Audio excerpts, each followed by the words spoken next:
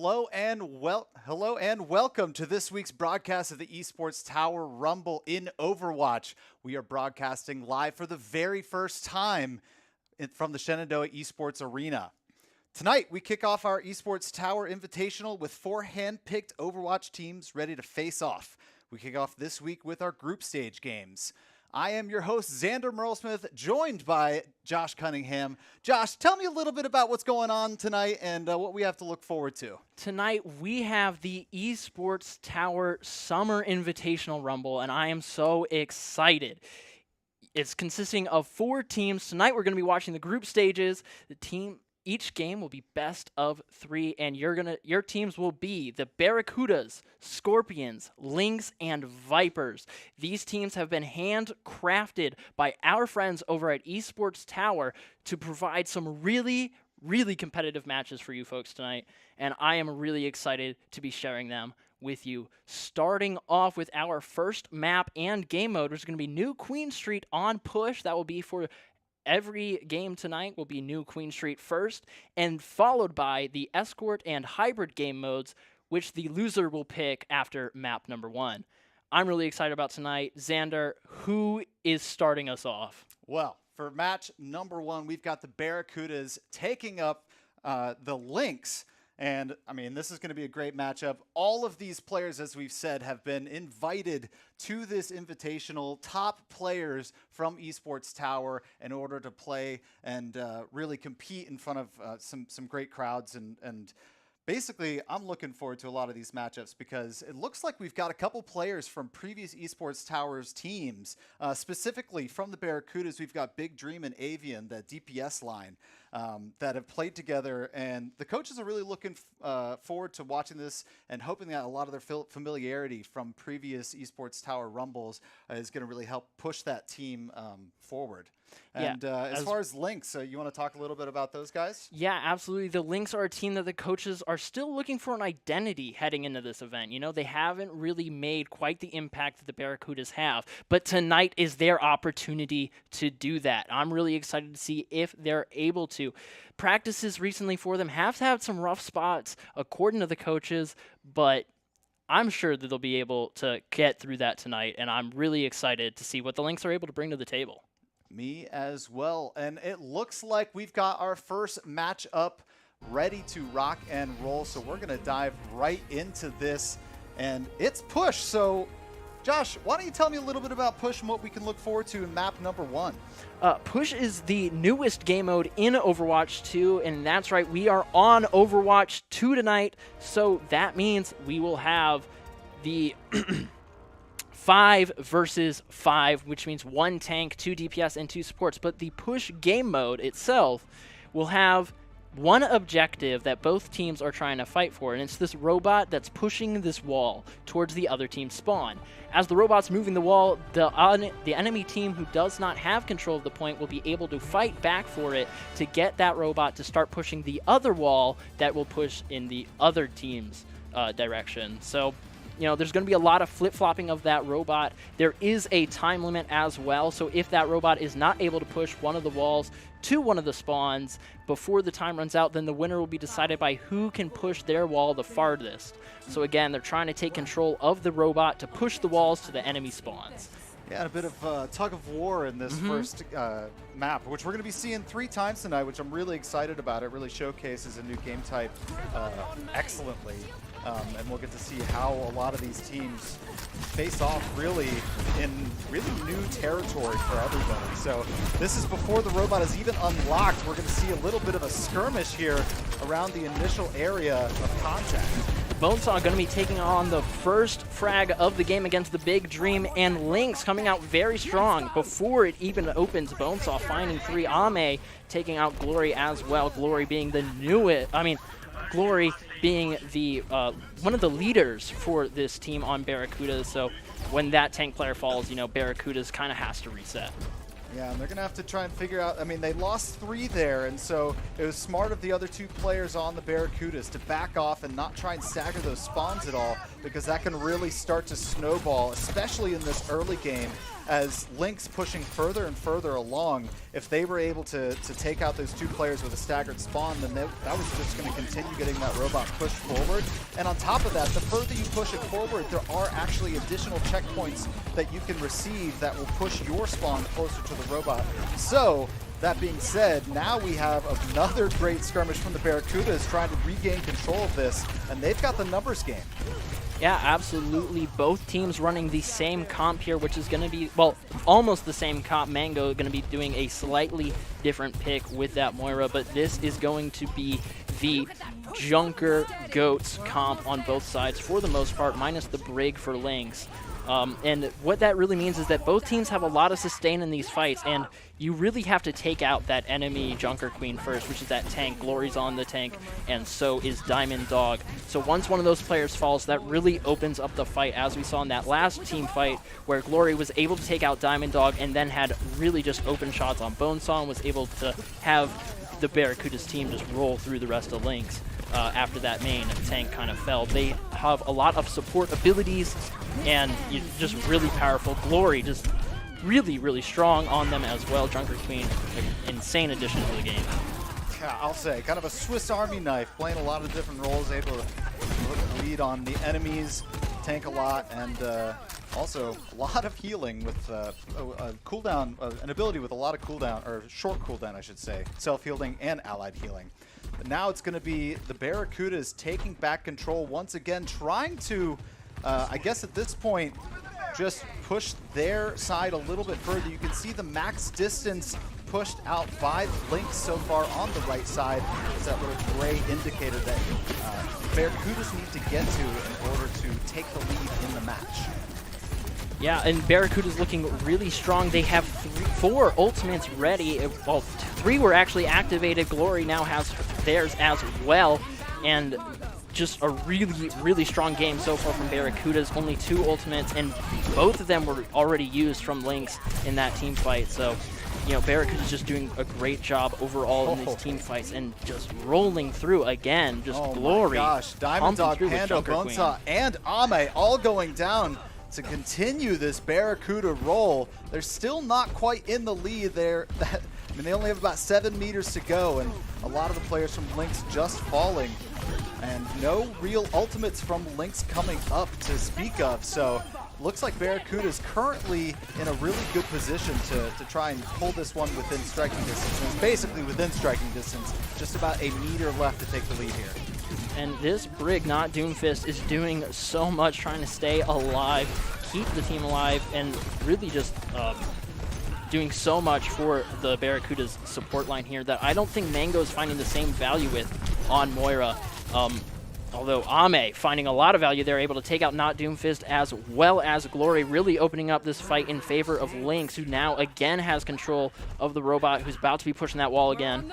And now Lynx pushing towards Barracuda's spawn, trying to gain some space. And it should be mentioned that if it's not contested, say if Barracuda's won this next fight and they had complete control over the robot, in order to get it all the way back to their side, it's actually a quicker movement when it's not pushing that wall. So if you have control over that mid-game or middle of the map while you're letting Lynx kind of respawn, it will travel back to yours quite quickly. That's what it kind of seemed like happened there with Lynx, is they're already making progress here. And 3 members, Avian, Big Dream also falling. Glory just needing to try and stay alive, get out of this fight, because it could be disastrous if Glory also goes down. And there it is, Lynx going to continue to push this one along and gaining a very large lead over the Barracudas. Yeah, absolutely. We're also seeing the Lynx come up with 2 ultimates going into the next fight, where as well as Barracuda's actually, that Sojourn at 74%, almost ready for that overclock, as well as Rally being ready is going to be very important. Overclock for Bonesaw, though, on the Lynx side, will be able to counter Barracuda's. Let's see what happens as this starts to unfold. First, the fight for the low ground, as we see it's Gambler just trying to pump as much damage in as possible, keeping his space, staying in the back of his team. It's really interesting to see how Lucio plays in Overwatch 2 compared to Overwatch 1. You know, he's still with the team, but you know, he doesn't have a lot of opportunities to dive off as the team as much. You know, you don't have a diva to cover for him normally as that off tank, so there's not any peel for him. And, you know, just really interested to see how much closer these supports have to play to the DPS in this game.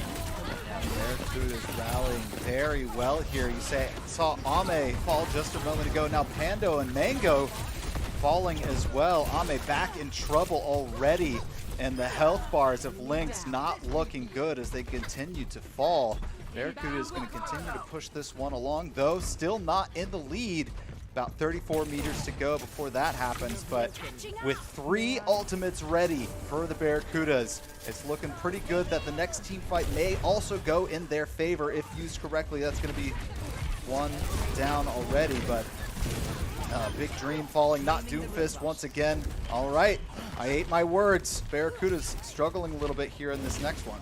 Bonesaw just finding so much value with that Sojourn, started to struggle a little bit on the Genji, decided to make the swap, and it has been working out like a dream for the Lynx. And, you know, Bonesaw just doing so much for them.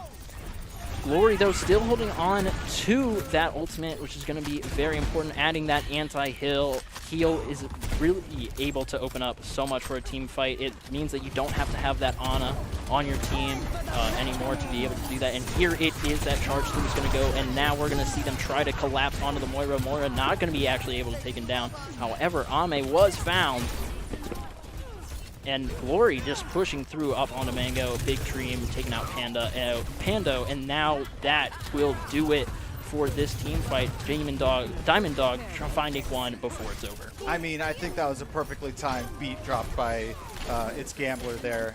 It just it turned the tides of that entire fight, and there wasn't really much Lynx had to put forward to try and drain those health bars.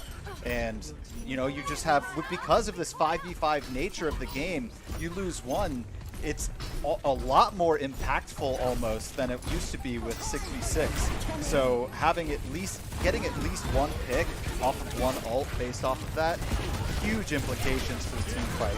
And now we see Barracudas. I mean, I've been really impressed with Lynx so far. The fact that, you know, the coaches were saying that they were having a little bit of trouble with a lot of their practices leading up to this. They've proven themselves throughout the majority of this game, especially with the lead currently, but also the fact that they're just very resilient in a lot of these team fights. Really impressive. Yeah, absolutely. Really holding their own against Barracudas, who seems to be the favorite going into this event. But yeah, I think that this is just insane to watch Bonesaw again just popping off for Lynx, like doing so much on that Sojourn. You know, really, really a lot of value. And Moira, Mango on that Moira just doing a lot, actually adding a lot more to the team comp than I initially thought in comparison to Brig. But we're also starting to see a lot more things switch up. Now both teams also have that Tracer instead of the Genji, you know, and that is just able to allow a lot more dive in and get out opportunities for both teams than the Genji. Genji needs to find value in to be able to get out, whereas Tracer just has free get out anyway. So I can understand why they would make that switch. We're going to see Tracer fighting the Brig one-on-one. Gonna get it. Ame taking out not Doomfist. Looking for a second on the Moira. Not going to be able to find it. I mean, not the Moira. On the... on the other Tracer? I'm not quite sure who that was, but Mango is going to get taken out by Glory now, and Lynx having to pack off of this a little bit, regroup now on the street. Well, Barracudas get set up for the next fight. Barracudas with one last chance here in overtime. They're going to need to win this fight. Pando already falling. Ame and Diamond Dog also taking tons of damage. And this is looking like a really strong final last-second push from the Barracudas. Are they going to be able to pull this off after trailing the entire game to Lynx? They continue to let these kills trickle in from Lynx, and it's hurting them the whole way. They're still going 77 to 84. They only need 7 more meters here to take the lead, and nobody from the Barracudas has fallen. They've got plenty of health. I speak now, and then, of course, Doomfist going down. Bonesaw falling though, Pando as well. It's now 6 meters left. They still have 3 members up for Lynx. They can hold on here if they just continue through.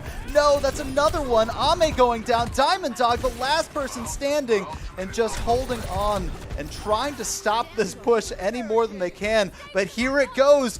3 meters left. Can Barracudas take this one out? 1 meter left. Lynx hanging on for dear life, but it's grasping at straws. Unbelievable stand here from Barracudas. Were they able to take it? They were! Absolutely insane game coming out of the Barracudas there. Last second, the Lynx Pando almost there with the Lucio stick, trying to boop them off at that last second. Just was not quite able to get all the players off with it. So unfortunate. Really, that early pick onto Pando opened up that fight so much. We saw Glory just have a massive Rampage ultimate use there, just denied all the healing, cleaned up that fight. Bonesaw able to capitalize really well with the railgun from Sojourn, and just a really excellent push from Barracudas at the end. Lynx, though, really putting up a fight and almost coming out on top. It was a very close game. Absolutely. And of course, if you guys loved that game, make sure to head on over to all the socials. If you want to find more from Esports Tower, make sure to check out Esports Tower across Twitter, Instagram, probably LinkedIn, Twitch, YouTube. And then, of course, if you want to see a little bit more of what we're going to be back every single week with more Esports Tower action. Make sure to follow our socials at Shenyu Esports. And that's going to be where you can find updates on when these sorts of things are going to be broadcast. Of course, we can tell you right now it's going to be every Tuesday night at 6 p.m. Eastern. But man, what a matchup that was in game number 1. If you're Lynx, what are you doing in order to get back in? You were leading the entire game. And now, in the overtime last-second push, I mean, it looked like there was no chance Barracudas was getting back into that match. And somehow, valiantly, pulled it off. I think that really Bonesaw is going to have to really focus on shutting down Glory more than anyone else on the team on that DPS role. That's really what it's going to come down to. Bonesaw looking the strongest from the Lynx side. Glory obviously just doing so much on Junker Queen. Really took command of all the team fights, and every time they won, Glory was up there getting at least 3 frags, like just mopping through the teams. So I think that Lynx really needs to focus on Glory, find some way to shut down that Junker Queen, and get them early out. That's what Barracudas has been able to do, taking out Diamond Dog very fast in these fights. So, once you get out that main sustain, it'll be a lot easier. So, and they got to keep Diamond Dog alive, so the support's got to focus more on the tank. Absolutely. I couldn't have said it better myself. Well, it looks like we're ready to hop into game number 2. Can Lynx take back some glory that Barracudas have stolen from them? It was a tough loss that they suffered in game number 1. But we're going to jump into game number 2. And, I mean, well, now we're moving forward, and we've got Escort. So compared to a little bit of, you've got Push versus Escort, it's kind of as if the defending team was able to take control of the payload and push it back even further than you naturally can, kind of just after pushing off the attacking team, and kind of use that to your advantage. So what kind of things do you think we're going to be looking for based off of the team comps you see here, that basically how Lynx can possibly really make an impact here early to make a statement, honestly? Well, they're looking to go with the tried and true Pharmercy comp with Mango on the Mercy and Pharah actually switching over to Symmetra, maybe not doing the Pharmercy. There is an interesting Symmetra technique we can see potentially happen here if Lynx might be coming up and over the roof onto the top of Barracuda's heads. We'll see if they're able to pull it off. There is a lot of interesting teleports on this map, but it looks like Bonesaw actually will go back to that Pharmacy, so we won't be seeing that tonight, unfortunately. Going instead for the more classic comp. Pharah staying exactly the same. I'm actually going to see a pause here, but Pharah staying exactly the same as she was in Overwatch 1 coming into Overwatch 2. So a very strong hero in that game and equally as strong in this game. However, Barracuda seems to be prepared for it, already having that Ana and Soldier. it's interesting to see that they're already ready for that with the hit scans already. The support Ana is going to be really effective in that, stopping that anti-heal that Mercy's able to provide. I mean, stopping the healing with the anti-heal that Mercy's able to provide is going to be massive. So those nades hopefully will be able to hit that far a lot. So the soldier's going to be looking to take down. So the Big Dream going to be looking to take down Pharah pretty consistently in every single team fight. Yeah, and here we go back into the action. Damage boost going out onto that Pharah as Mango just tries to stay alive here, getting all the heals. We're also seeing a D.Va come out in comparison to a Sigma, which is going to be a really interesting thing to see, as D.Va's got a lot of interesting changes, and Sigma also is one of those heroes that hasn't changed too much compared to Overwatch 1, so we will see how he is able to keep control of these corners. D.Va able to do a lot of high ground stuff, but it looks like Lynx is having a tough time pushing up through here. Justice is going to come out, not going to be able to find one, and there comes that Ana with the hit scan, able to take out Bonesaw, as well as Mango. Ame, though, they're looking to respond. Mango responding with the res, Ame taking out Avienne, which is just really massive for Lynx. It's actually a little bit interesting to me, especially when you consider the 5v5 game modes. The Pharmacy basically have less boots on the ground with 2 players up in the sky, and so there's actually a little bit less distracting you from the sky, right? You only have to worry about 3 other players, and that's going to be, you know, a support, a tank, and a DPS. Those 3 maybe not having the biggest impact on the ground, so you really can take a moment and focus down both that Pharmacy comp, really. Yeah, and it looks like that's exactly what happened, because Lynx is going to switch Bonesaw, hopping over onto the Hanzo instead, trying to get out the snipes to pick off when you see this Avian, peeking around these corners. He's going to be looking for some headshots onto the DPS and the support lines when they peek out behind Sigma's barrier. You know, and this is a really good change, I think, overall. It's going to take that Pharah out, who's just too easy of a target, I think, for the Zen, Ana, and Soldier combo that Barracuda is running. Soldier also getting ready to have his ult here, as well as Zen almost ready with the trans, which is going to be really interesting. Transcendence not going to come out this fight, probably going to come out on the next fight as we see Ame prepare his blade. Wow, and the Barracuda is showing really no sign of slowing down, as they're able to continue a little bit of dominance here. They still have 2 ults here, and we're able to take down 3 players, maybe even 4 from Lynx, to really stop a lot of that assault. And as long as Lynx is slowed down, it's gonna be enough to stay in their heads. And Diamond Dog with a huge triple down. Massive D.Va bomb. Lynx definitely going to capitalize on this. There's the 4th. Only 1 player left, and there they go. And now we're going to see the Lynx just push the forward past this first corner. Glory still staying alive as their team comes back to assist. And yeah, D.Va just going to be looking to challenge up there. Mango now switching over to the Ana on Lynx side, trying to get that nano. 2 ultimates come out from the DPS line of Barracudas, though, to retake this corner, as well as Dragons from Bonesaw, but it's not going to be enough, as Avian is going to be able to take out Bonesaw and Diamond Dog. Gamble is able to take D.Va out of the mech. You know, it's interesting. I mean, Diamond Dog, huge hero play there, right? Obviously, incredible ult to get 3 players down instantaneously. But the problem with that is the Barracudas then were able to spawn all at the same time. There was no trickle of their spawns, and so they actually came back rather quickly. And with Lynx, when they think that they've got a little bit of time to push, Barracuda's full force able to come back and basically sweep them off of the point, and they still don't have a point. We're already in overtime.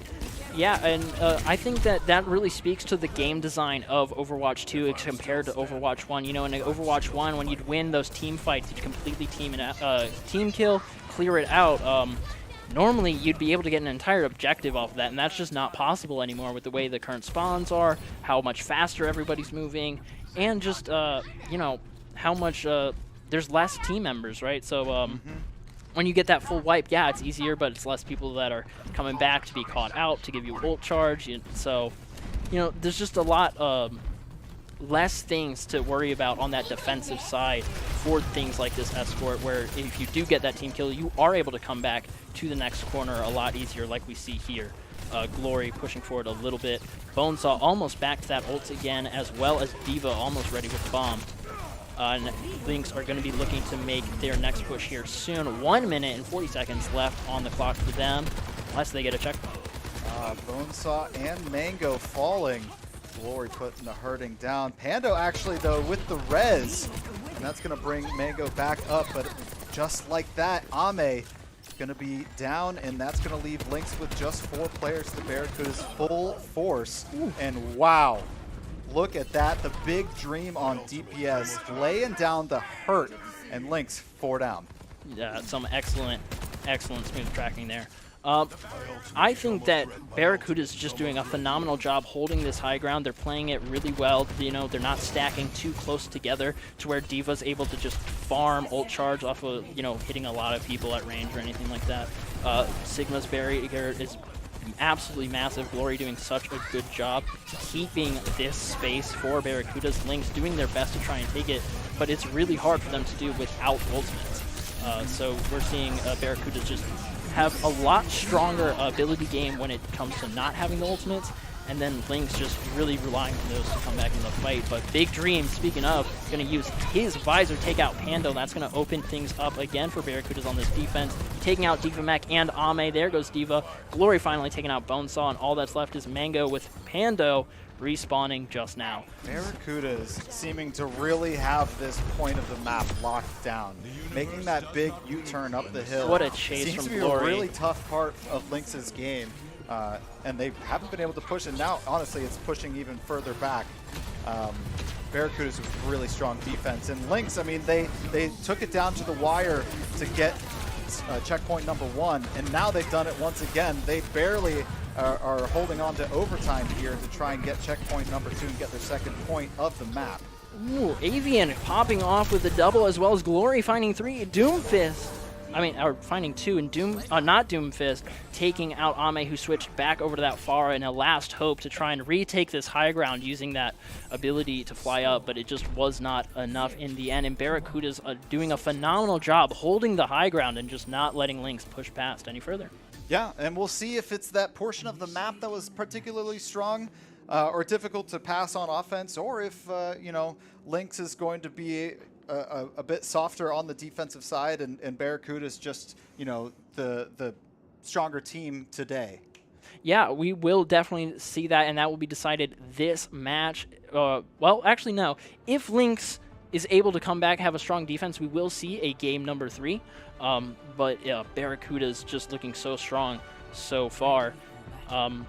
Lynx, though, really interesting, coming out with the double sniper combo with that Diamond Dog on the Sigma, trying to mimic the Glory success from previously. We're actually going to see Big Dream also take on... He's actually still picking, so I'll talk about everyone else. Glory hopping onto that Sigma again, and Gambler sticking with the Zenyatta, not Doomfist sticking with that Ana, and Avian still on Sojourn. Yeah, interesting comps overall. We're not seeing the Junker Queen goats anymore. Junk goats, it's kind of just left this competition. The players have decided Sigma's just like better for this map. I could definitely see how the range of these corners and everything just looks like it's really easy to flow as Sigma, as we saw Glory able to just kind of get back to position really easily with the abundance of staircases.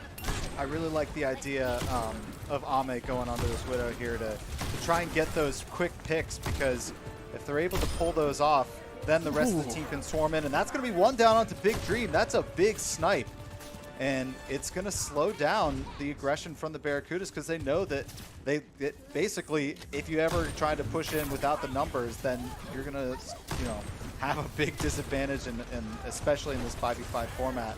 But now Barracuda's back to full strength, going to be pushing forward. And that's big damage down onto Avian, but nobody quite falling. Now actually Mango and Diamond Dog taking a bit of damage themselves. And Diamond Dog pushing up, applying a lot of pressure, trying to take this space for I mean, no, not Diamond Dog. Glory pushing up, trying to make as much space for the Barracudas as possible. And Lynx just actually falling really fast to Glory's able to succeed with that push finally, sustain through all the abilities and just do enough damage with the team. And now we're seeing them push around the first corner and towards the high ground that they were so successful on. Yeah, and they've been doing a really nice job having the tanks and supports kind of pushing up a little bit, getting in the faces of Lynx, but then both having Avian and the Big Dream putting down the big damage without really ever putting themselves in a lot of danger. And so far has been working out. Now already pushing forward into this first checkpoint, just a few meters short. Avian popping off with 2 headshots, taking out Diamond Dog and Ame. Ame now going to switch over to the Tracer after that. And here we go. Once again, Barracudas pushing this consistently forward. They've got their tie point, and now if they're able to push forward just a little bit more, they will take the lead here in this map. Be a little bit of trouble there. Big Dream falling. We're going to see a Nano Sigma use lift here, gets both. I think that's both of the. No, that's the Ashe and the Ana going to be taken out. Massive. Glory able to find the second support, and that's basically going to do it for Lynx in this team fight. You're going to have to try and get back to point as fast as possible. Winston just has to stay alive here. He falls. That's a massive stagger, and Barracudas are looking very strong right now, about to cap this point. And there you have it, ladies and gentlemen. Barracudas is going to take the second map. And that's, I think, going to do it for this first match. I believe you're right as well. Let's go ahead and take a look at the play of the game. Diamond Dog on that Diva. That Diva Bomb really opened things up for Lynx's initial push, but it just wasn't able to find similar success with later ultimates in the game. That high ground just so powerful as, you know, the cart has to push around this massive U, and you're just kind of there stuck waiting for those Sigma pellets to just rain down on you. There's not a whole lot you can do with that high ground. There in Glory just so good with the Sigma as well. A really powerful tank in the esports tower scene right now, and just, you know, an absolutely phenomenal player for that game. Yeah. Barracuda is looking really strong here in the group stages. I mean, we can't talk about it enough. Lynx really opened up game number 1 so strong, and in the final seconds, just getting it snatched by the ever-resilient Barracudas, and then taking all of that momentum carried over into game number 2. Barracuda is able to take out that matchup 2-0. I mean, I can't wait to talk a little bit more about those guys. We're going to see a little bit more from both of these teams for these future matchups that we have going on tonight. We actually have them coming up next. Coming up next, we've got the Barracudas taking on the Scorpions as we continue round 1 group stage action from the ET Summer Invitational. Stick around. We're going on a quick break. We'll be right back.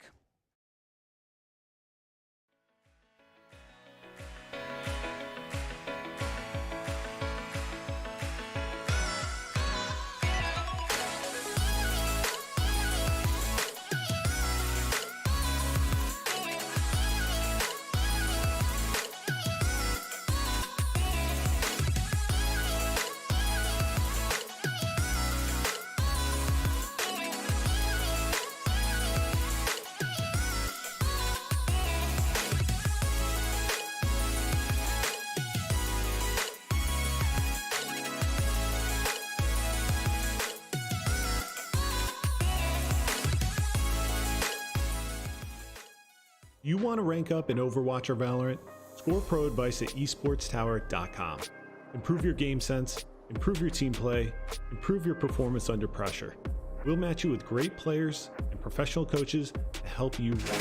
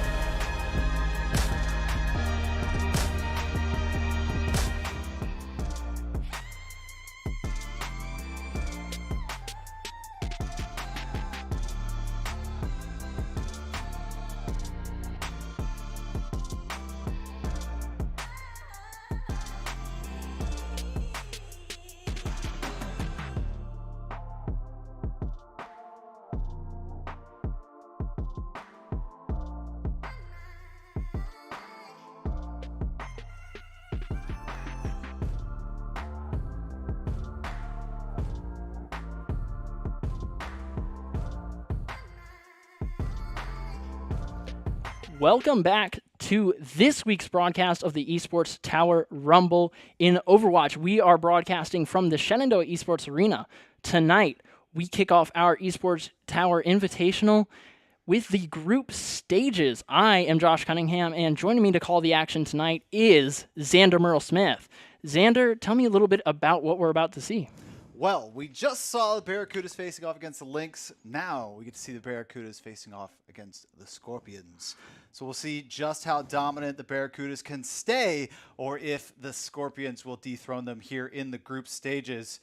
But before we jump into that matchup, I want to take a moment to congratulate all of our Esports Tower Club members who have graduated from the clubs and have been offered scholarships across the country. Over the last 3 months, Esports Tower Club members have received over $1.6 million in scholarship awards.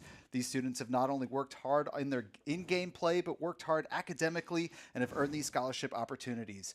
The players on this list are talented, hardworking, and driven, and we could not be more excited and proud to see all the opportunities these players are getting.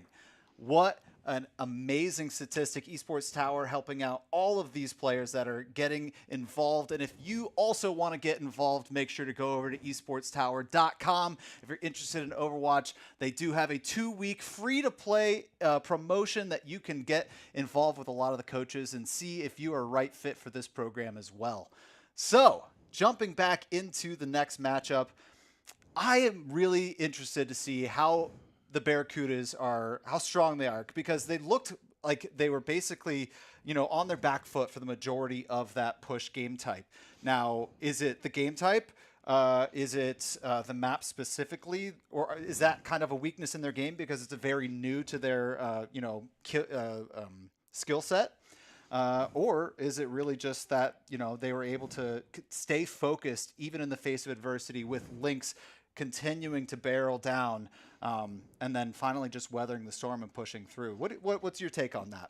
I really think that overall it just came down to, again, that probably what it came down to is what we heard from the coaches before the game was that the Lynx were having some rough edges in practice, and those rough edges are probably something the Barracudas just have already smoothed out. And those minor differences are what led to that really, really close victory for the Barracudas.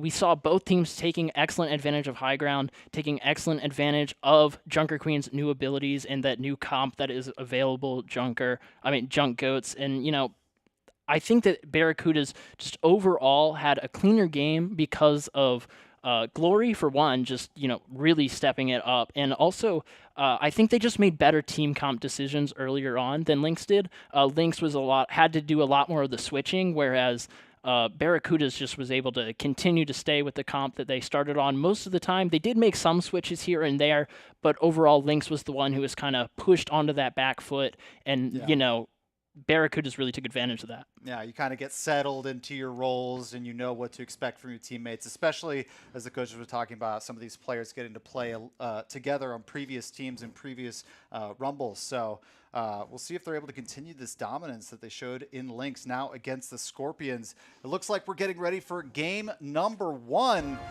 It's going to be on our favorite map here. It's going to be back over on New Queen Street, of course.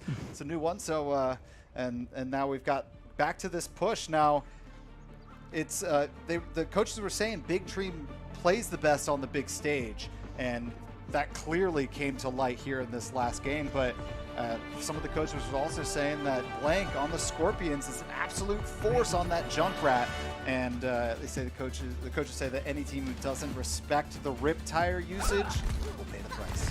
Okay. The rip tire usage. Interesting. All right, we're going to see a traditional, both sides running that Junk Goats comp. Again, we're going to see Junker Queen, Brig, Genji, Lucio, and Sojourn coming out for both sides, except the Avian's going to be switching that Genji for the Tracer like we saw in the last game. And starting off, we're just seeing them both teams push towards the high ground above the objective to try and get control before the time even unlocks. And the fight's starting to break out. We're going to see Glory jumping into the support line of Scorpions. Scorpions' first fall down is going to be Triplet, and that is going to be a huge pick for Glory, opening it up, taking out one of the support lines. The Gambler finding Shirsty, and that's massive for Barracudas, taking this first team fight almost already with just those 2 picks. And I don't know if you saw that initial engagement, but the Barracudas, 3 members, Glory, Not Doofus, and the Big Dreams health bars crumbling early on. And I think all of a sudden it was kind of a sustained bait where Scorpions, realizing they were doing a bunch of damage, tried to capitalize on that, but huge heals coming out and basically getting back to full strength. And really, it was kind of like a, step into my web, I'm going to slay you now. It was an excellent demonstration of the ebb and flow that these players are trying to create in all of these matches. And if you don't know what that ebb and flow is, it's really using your abilities in the right time in comparison with other people's abilities, knowing when they're going to use theirs and when yours should be used to counter it. So we saw that excellently work out for Barracudas. We had Gambler. Really, I think it came down to Triplet falling early. They weren't able to speed up the beat or whatever he says. I cannot remember the name of his ability, but the one that boosts his healing. Triplet fell, Gambler didn't, and that, I think, really just created that initial difference in that first fight.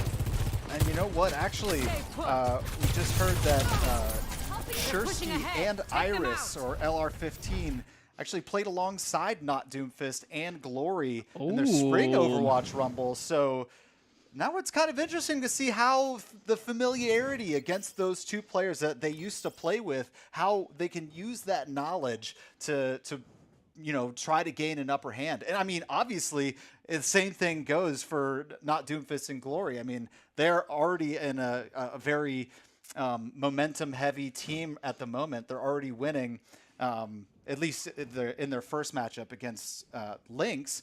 And so if they're able to use a lot of familiarity of Shirsty and Iris, they can gain an upper hand as well. So it's kind of that, you know a player so well, you know the characters that they play, and exactly how you were talking about using your abilities at the right time. You kind of know when 2 of the 5 players, 40% of the team, when they generally using those abilities. Big Dream. You can really gain the upper hand. Big Dream, massive there in that fight. Really opening things up on Sojourn. However, Blank is going to respond very well. Gambler and Glory taking out 2 at the same time. That's opening up this fight. Again, Triplet and Shirsty falling so early. I think that Glory's doing a really great job targeting that Lucio, finding them out of position, and I think Triplet's going to have to do something to figure that out. Stop pushing that Glory so much, kind of back off, let Newo take care of it for you, and, you know, focus more on getting that sustain out for your team. But Blank doing a great job here, coming in and sniping that the Big Dream out of the backline for the Barracudas, opening up the fight. Barracudas now having to back off of the objective. That's a smart, you know know that you're starting to lose the game itself, or the fight itself, and so you smartly begin to back out, kind of sacrificing a player. Like, you stay there, you know, the lamb to the slaughter, you can stay and we'll back out, and then when you respawn, we'll still be full force and not really trickling any kills. So really nice timing of that. And they actually, the one person that they've left behind held onto the robot for a little bit longer while the rest of the team chased the Barracudas out of there. It actually benefited the Barracudas significantly. And Glory and the Big Dream going off on another rampage as they take out both the DPS line for Scorpions. Blank has his blade, but he's back in spawn, not able to use it to stop this push. And the Big Dream just going to keep pushing forward, actually taking out Newo and the Brig. That's massive value there. Avian just chilling, kind of letting Big Dream step up this game in a big way. I don't want to say the Barracudas are looking like a completely different team, but they're looking like a completely different team on push, right? They're coming out with that early lead and able to gain their early advantage without having to come from behind. And Scorpions really look like they're reeling at the moment, not really knowing how to deal with this very substantial wall of bullets coming from the Barracuda side of things. Absolutely, Glory just finding these early picks so consistently to open it up, and Triplet gonna fall to Not Doomfist. Not Doomfist doing an excellent job on the Brig, already finding 2 picks, 3 picks this team fight And this is where it gets really intense. We're coming down to the last, I'd say like 20-ish meters, and it's coming into a tough spot for Scorpions. They have Rally. It's being used to try and push back into this fight. Blade and Overclock ready for Scorpions. Barracudas, though, distinctly lacking in that ultimate category. Glory almost ready with a Rampage. Only a Pulse Bomb, though, active right now. This is the first time we've started to see the Scorpions make a bit of a push here back. It feels like the Barracudas doing a really good job just getting a pick, and then the rest of their team creating space, forcing the Scorpions to back off. And with the tanks kind of creating that space, it's giving Barracudas all this extra time to push the robot forward. And so far, it's been working. Now, Scorpions on the return. They have a long road ahead of them to try to get back to this game. Not just one team fight, but several in order to get this back even here on Queen Street. Glory has excellent positioning so far in this game, just really able to, like, taking so much damage, getting back to the team, and just being completely out of LOS. Like, it's actually insane how much value they are getting out of the Jungle Queen.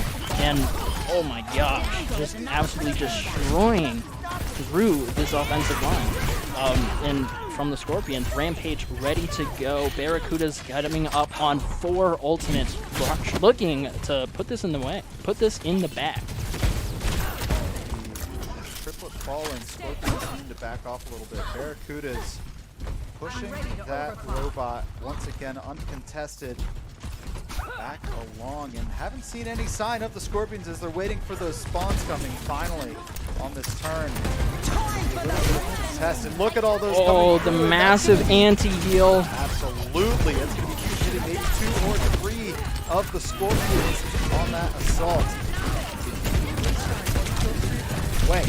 That is absolutely insane. I don't think Glory has fallen this match yet.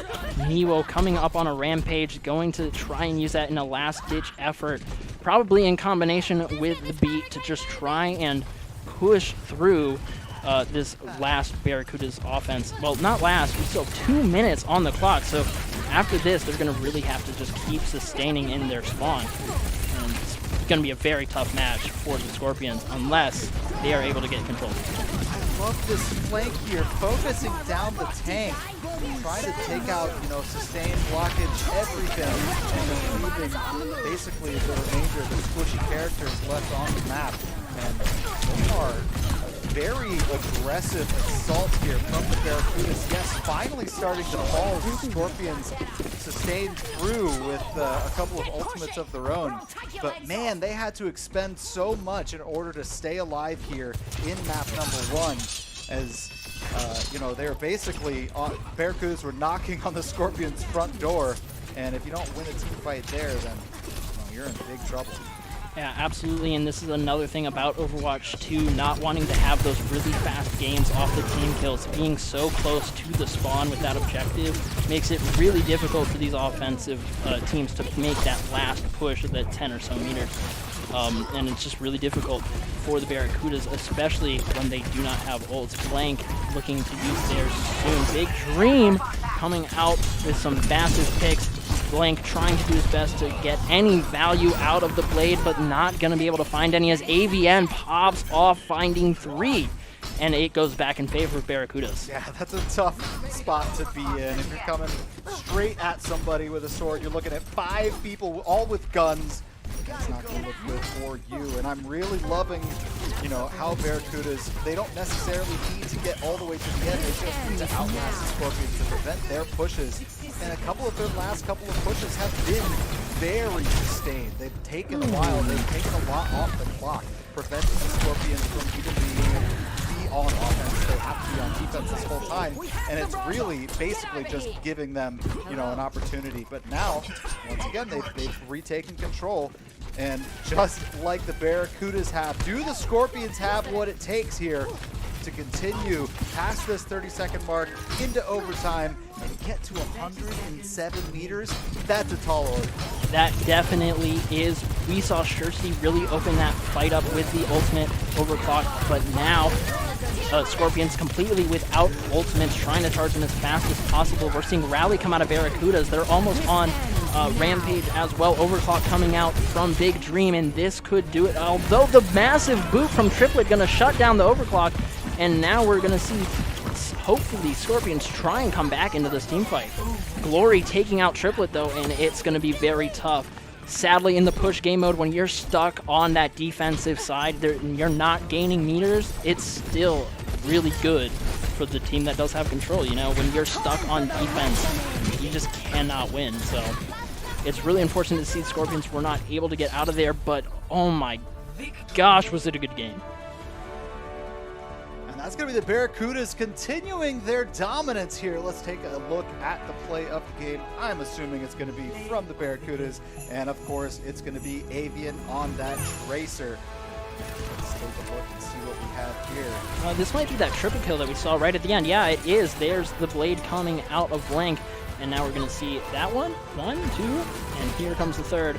Actually, that might have been 4 with that first kill, so absolutely massive play from Avian there at the end to really hammer things home for Barracudas. Yeah, just the you know, trying to get that blade in there and just getting pushed back by, you know, several abilities, a tank, everything, preventing any sort of damage going down. You're basically, you know, an extended melee character at that point, albeit you can do a ton of damage, but man, never getting an opportunity there. And I think, you know, maybe just mistimed. Maybe some of his teammates fell right before he was planning on using it, and so the distractions that he was planning on weren't available to him at the time. But look at that. Barracudas now 1-0 in the series against the Scorpions. Already 2-0 against Lynx, so a very, very strong opening start. Are the Scorpions going to be able to strike back? I think in order for them to do that, they're going to need to kind of prevent a couple of those picks that they were letting up. That started to really hurt them throughout the mid-game of map number 1. Of course, we have an offense and a defense here moving forward. So, you know, you're still working with that payload type style of offense or defense. But whether or not they're going to be able to, you know, I think if they're able to sustain a little bit more utilizing their utility and, you know, kind of dodging some of that damage that insane DPS line from the Barracudas is putting down, they might have a better chance here. And we will see just what happens as we jump here into game number 2. Let's hop on over, folks. Yeah, I'm really excited to see what Scorpions responds with. You know, they did look really strong in some pushes on this, you know, really strong, I think, early game, but Barracudas just overall was able to really be dominant. We saw a lot of massive anti-heals come out that really opened up a lot of space. So, like, when you get antied like that, it's 1, annoying, and 2, being dead is annoying. It's just, you know, it's just not an ideal situation, especially if 2 of your other teams go, and if it's your supports, that fight's over. There's nothing you can do about it, which is just so unfortunate. But that's the name of the game, and this game is going to be a little bit different as we're seeing, instead of the Junker Queen, both teams coming out on the Winston to start. You know, and I was actually really sad we weren't able to see any of Blank's Junkrat with that rip tire. Yeah. Hopefully we see that at some point this game, because if it's that renowned from the coaches, then hopefully we're going to be able to see some of that. And you know what? Here we go. Dorado, folks.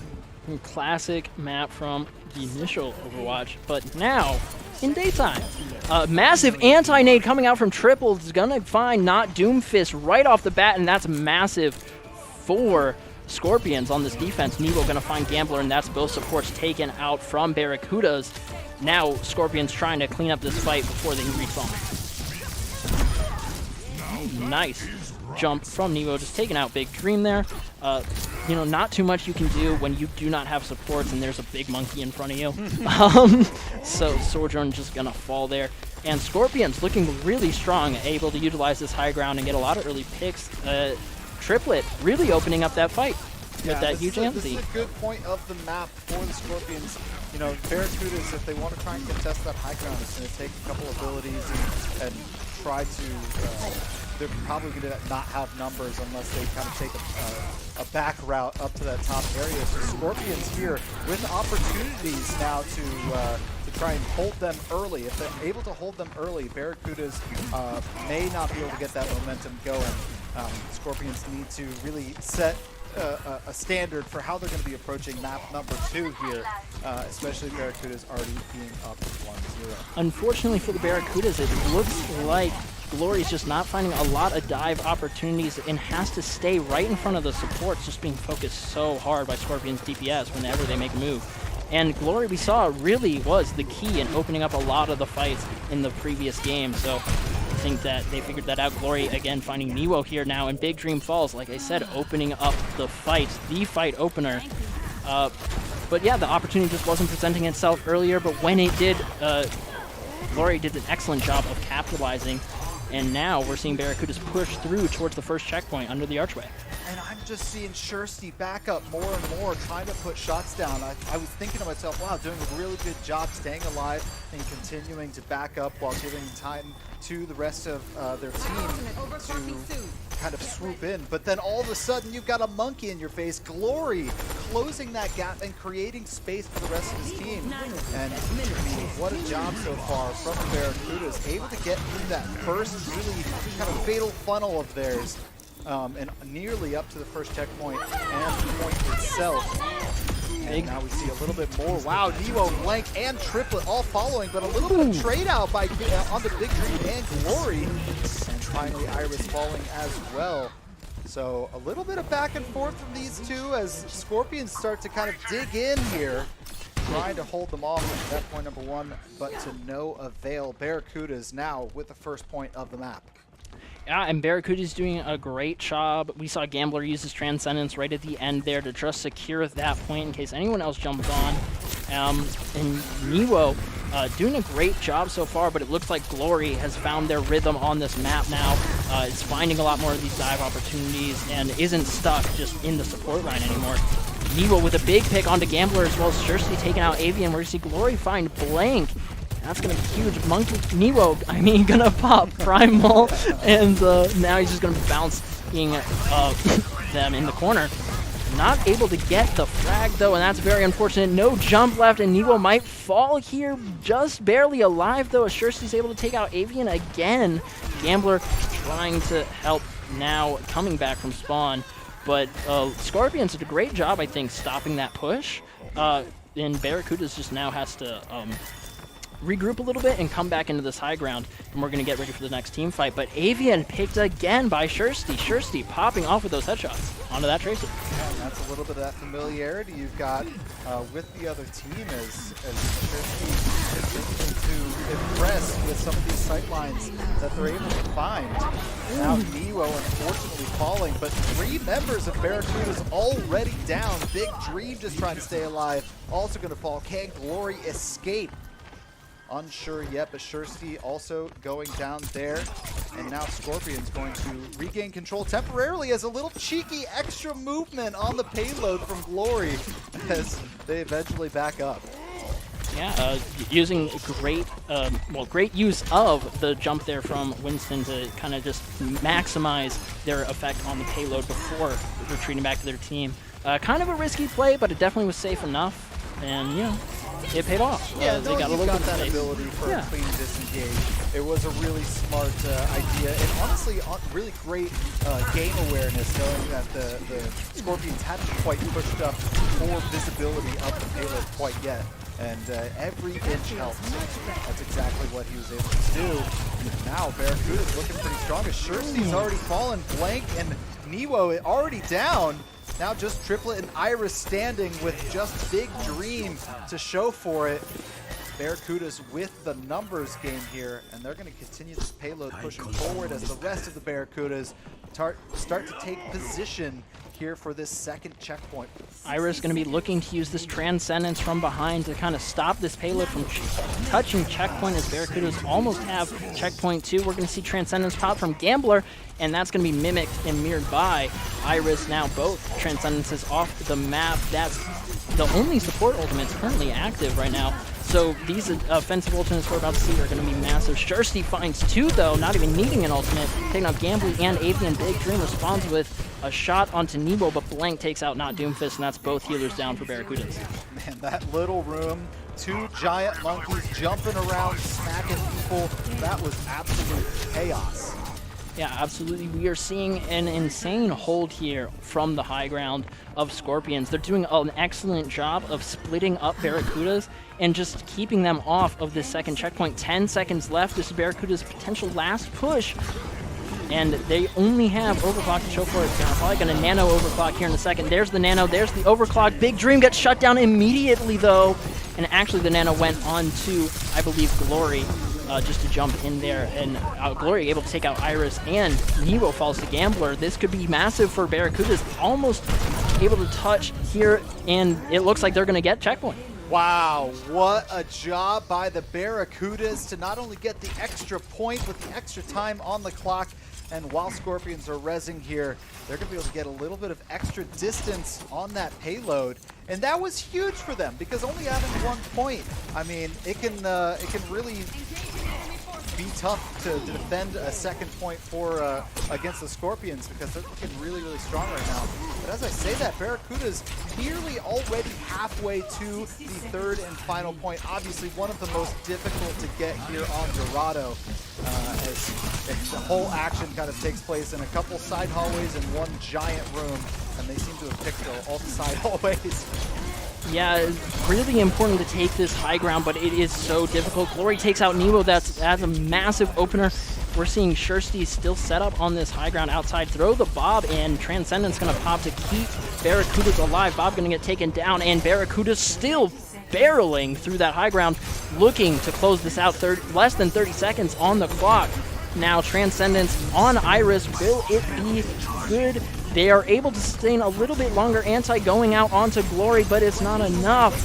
And Barracuda staying in this. Triplet taking out. That's massive sustain for Scorpions. Gone. Nebo and Blank still alive, though, taking out Gambler, and Avian. Glory finds Iris. That is 1 support down from the Barracuda. Shursty takes out Big Dream, and it is just trade for trade. Glory trying to take out the entire team. Now it's overtime left. They're not quite on it. Their monkeys are fighting on the point for control. Will Glory win, or will it be Nebo stopping this push? Looks like Glory was able to get a little bit of space, and now their team is back. The Barracudas making 1 final push. Nebo jumps in and takes Avian down, and we're seeing a massive hold try to come out here from the Scorpions. Shursty and Nebo finding Gambler and Glory. Just a massive, massive fight here. Shursty able to take out Big Dream, and that's going to do it. Barracuda's not pushing it all the way through in overtime, but very close.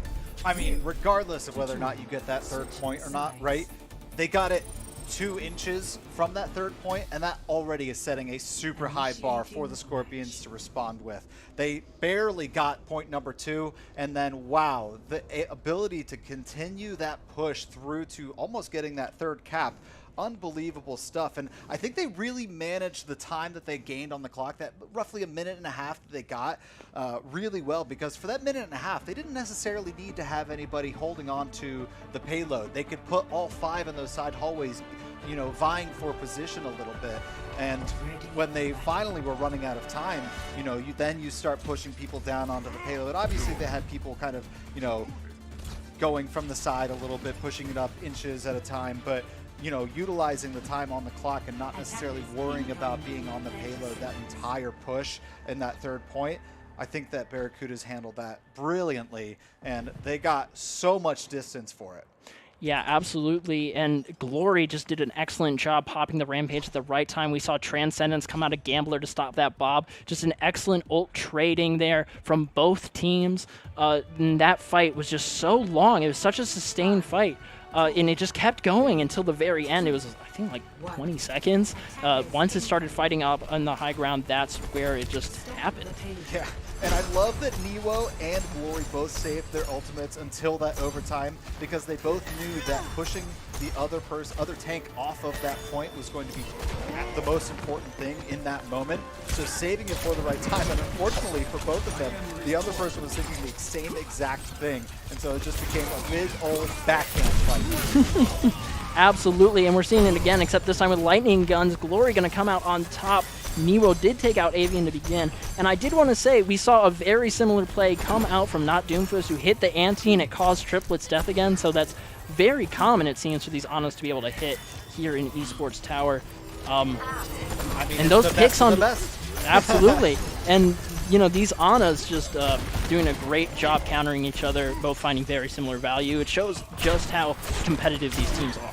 Yeah, and once again, if you're just joining us, ladies and gentlemen, this is the Esports Tower Invitational, where the top 24 Overwatch players invited to play against one another, and these are 10 of those individuals. Barracudas already with a win 2-0 over the Lynx, now up with 1 in game number 1, and almost securing that 3rd point on their offensive scheme.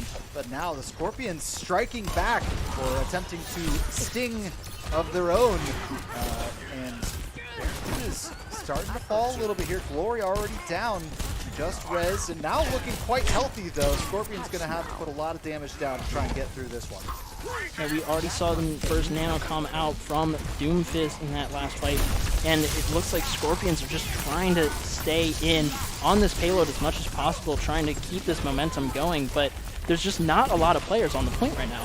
Big Dream's going to take out Flank, Iris going to find Big Dream, and that is going to be 2 DPS down, still a very even game. Glory finds Shirsty, and that's going to open things up for Barracudas. Scorpions will have to respond very quickly to be able to continue this offense, and they do by finding Not Doomfist. That's absolutely huge. They can stay in this. We're going to see Bladefly come out from Avian here in a second after that Transcendence ends. Iris, no more Transcendence in the tank, and I wonder if we're going to see Avian's Blade here. Not quite. It doesn't seem like it's needed as Glory's able to jump onto the point and help. Just absolutely massive. We're seeing Triplet now have Nano coming up for Scorpion, so Blank could try and respond with a Nano Blade as he's coming up on his Blade very soon. That's probably going to be Scorpion's play to take back this point after they regroup. Absolutely. They're going to have to regroup here. You can see that, that Winston off to the side. This ends now. Cheats distance on the payload. Probably met with several Barracudas in his face, and some great damage coming down from the Big Dream here from the top. And Nero, Iris, and Shirsty, and Blank all falling. That's going to be a very good defensive play from the Barracudas. Only 48 seconds left on the clock for the Scorpions. They need this point to be able to push this game further. Obviously, they can continue it with some overtime, but if uncontested, they'll be able to push forward. Both teams holding onto the Nanoblade Gambler a lot closer to Transcendence, though, than Iris, and that could be the difference maker as we're coming into what could be one of the last team fights. I believe it will be, as you know, they're going to need to put some time back on this clock. Just 18 seconds left on the clock. They've got to be, in toxicity of the payload to continue this. Nanoblade came out just in time, although it didn't shut down Avian's. Avian not able to find value yet, though. Blank so much more by taking out that Ana, and that could open things up. That could be the difference maker right here. Shirsty and Iris find 2. Barracuda's responded with 2 of their own, and it's just an absolute brawl on point, but payload is moving in favor of Scorpions. They could extend the clock here. Zenyatta Gambler last on point. He's going to fall down, and we're seeing Ana and Tracer jump in at the same time, but Blank with the Pharah is going to find both. And that's just going to do it for the first checkpoint, as Scorpions able to put another 2 minutes and 30 seconds on the clock in the last hair of the round.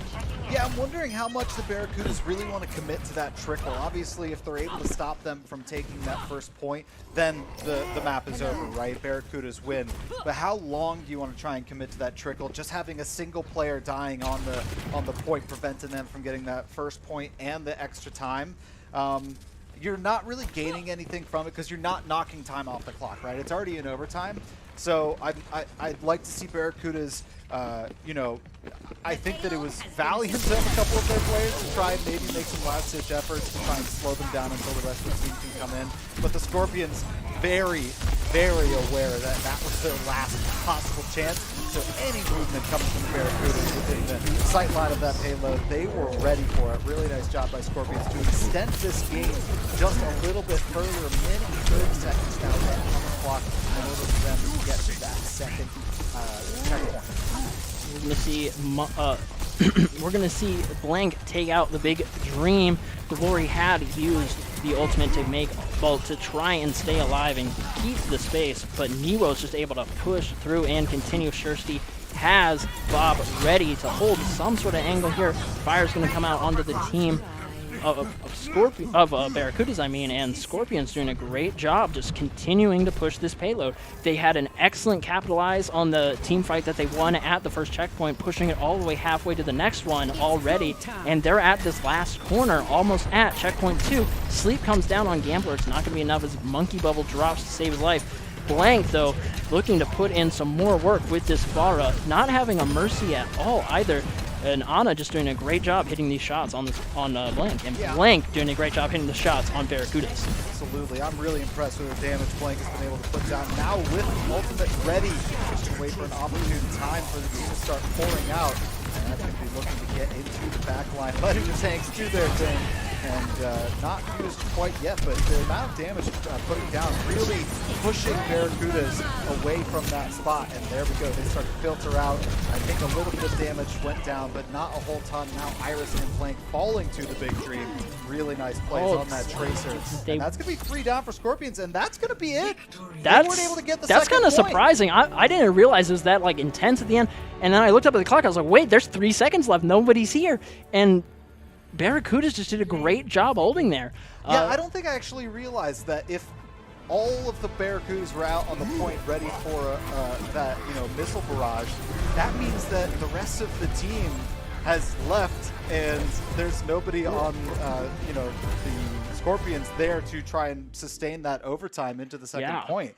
I kind of just assumed because of the way they were pushing it back, they were able to get through and push onto that second point and extend the game, but that wasn't the case. And Barracudas with another 2-0. Now this time over the Scorpions. What dominance we're seeing from them tonight. Yeah, I really think it comes down to just really, really great team coordination. A lot of these players have been on teams in the past, so they're the most practiced, I think, of the entire roster of teams tonight. Together. And they are just doing a great job sustaining space, using ultimates. We did see the Scorpions have a really, really good push onto that first point right at the end of their attacking side, but it just wasn't enough, and they weren't able to mimic that same success going on to the second point. But we saw really great plays come out from both teams, and really that Nano Blade almost won Scorpions the game. It kept them in it, and it could have happened again. It's just sadly not enough damage from the Justice out of Blank, which is just so unfortunate. And that's just how it is sometimes. But, a great game overall, very close. And Scorpions, still a very strong team, really putting the sweat on the Barracudas. Well, I'm glad you said that because we're going to be seeing the Scorpions coming up next. Barracudas are done for the night. They've claimed their victories, but the Scorpions are going to face off against Lynx. They're going to see who is able to stem the bleeding here as they both suffered losses and see who can come out with at least a 1-1 record here in this early group stages here tonight. And that's going to be coming up right after this break. Stick around.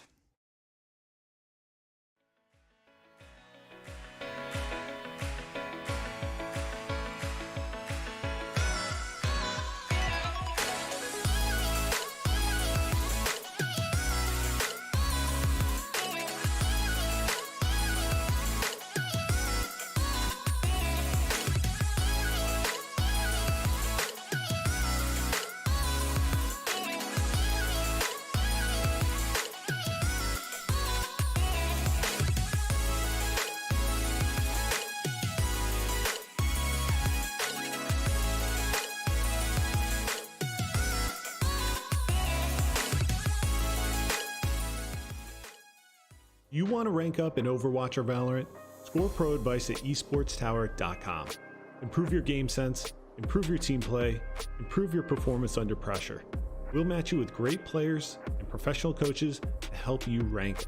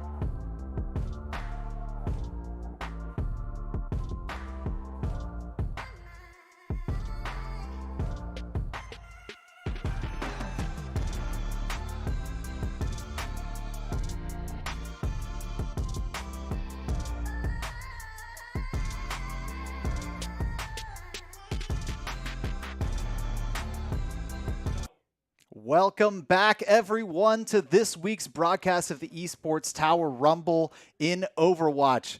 We're broadcasting to you for the first time here at the Shenandoah Esports Arena. And with a pair of teams looking to turn things around here, we've got both the Lynx and the Scorpions coming up in our future matchup. I'm really excited to see that matchup here shortly, but before we get into that, I'm your host, Xander Merle Smith, joined by Josh Cunningham. Josh Cunningham, what are you looking to see from these two teams?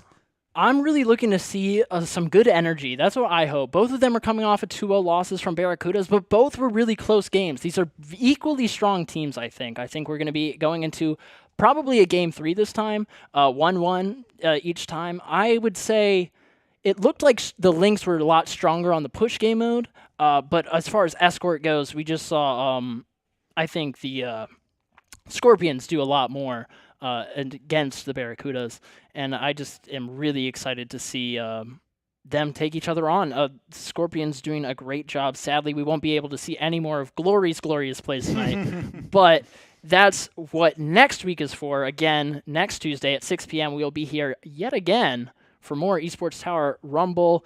But tonight, still the group stages. Games, again, are best of 3, and we will be starting off on New Queen Street with the game mode push. Going into Escort, the map will be decided by the loser, and followed by that will be Hybrid if we go to a Game 3. And it looks like we've got that game up and ready to go, so we're going to go ahead and hop into that. And now, I was actually, you think about two teams coming off of losses. Lynx had a little bit of time to think over their strategies, during the face-off against the Scorpions and the Barracudas. And so basically what we heard from the coaches, they've got coaches working with them, throughout this entire event.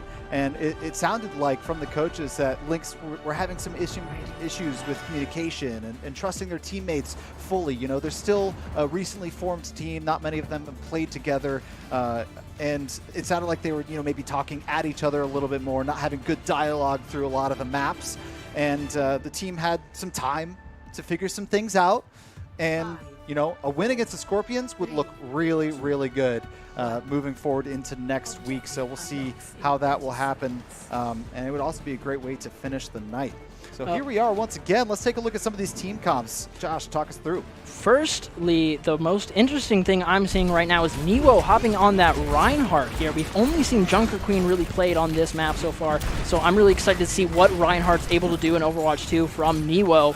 Bonesaw hopping on the Bastion as well, which I think is really interesting. Obviously, he had a lot of changes, a complete rework this game, and we're going to see Scorpions just trying to play really aggressively, following behind that Reinhardt and playing a really, really good rush comp here. Yeah, and you're seeing right there the configuration Assault actually mobile now with, of course, a slight reduction in movement speed. And then, of course, we got to talk about that new ultimate artillery, able to place 3 different shots down onto the map, dealing a ton of damage. And headshot damage bonus. So, get some dunks on. Wow, and looks like we're already switching off over onto Junkrat, so no more of that Bastion to be seen, but it was exciting while it happened. We were hoping to get to see a little bit of that, but now grenades galore, ripped tires, and it's going to be a good match. And actually, Newo doing so good on the Reinhardt, Diamond Dog decided it would be better to mirror here, and now we're seeing a rush comp come out of Lynx for themselves instead of that newer comp style with the Junker Queen. Which is just absolutely awesome to see the Rhine pin coming out onto Diamond Dog. It won't be enough to take him off the match, but it will be enough for a 1v1. Diamond Dog flying back into the team. Scorpions just pushing forward, but Bonesaw able to take out Blank and Triplet. That's absolutely massive as Ame takes out Iris. Pando finds Newo, and that is going to be Lynx's point as they continue pushing towards Scorpion spawn. 3 ultimates available, going up against 4 ultimates into this next fight. Lynx has the advantage.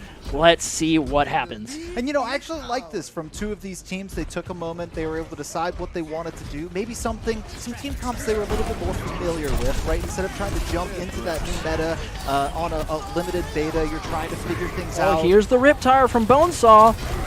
Not actually going to find Blank. That's really big. That's the 3rd pick. Now there's the 4th from Pando. Pando doing a great job finding these, finding a lot of value this game in comparison to what we saw previously. He's just seems to be doing so much more in this match for the Lynx, and that's awesome to see. him not going down as early in these fights, really able to fix that in this break. And I'm just absolutely astonished by how Lynx has been able to adapt to the new comp that they decided to play. Really, it's the old comp, though, from Overwatch 1, so it's, they're probably even more used to it. But it means that, they're willing to be flexible, and they're doing a lot of work with it. Diamond Dog, massive on the Rhine so far. Newo doing a great job as well, though, followed up with Shursty finding Ame there. And this is just absolutely massive. Shursty has been really big tonight, both on the Ashe and Genji. I think we saw them playing Sojourn a little bit earlier too, and they have just been hitting heads so well. Shursty, an absolutely massive DPS. Yeah, and if you're a longtime tank player, you're probably very comfortable on that Reinhardt, right? And honestly, Reinhardt now getting a little bit more offensively inclined, now with 2 fire strikes. Of course, you can't really just sit there and defend the reduction of the health on that big shield. That's gonna force you to get into the action a little bit more. The fact that you can steer more with your dash, I mean, it Reinhardt is... Cart. Ryan Cart. Sorry? He's Ryan Cart now. Ryan Cart? Yeah. Oh. He moves like Mario Kart Cart. Oh, right. Yeah. I was like, did I miss a name change? No. No, he's just able to roll on into the other team and do an absolute massive amount of damage now. Way more than he was before. A lot less defense focused, way more offense focused. And that's really awesome. A lot of Rhine players really like Rhine's really offensive capabilities, and Overwatch 2 just really allows those to be more fleshed out than they were in the original game.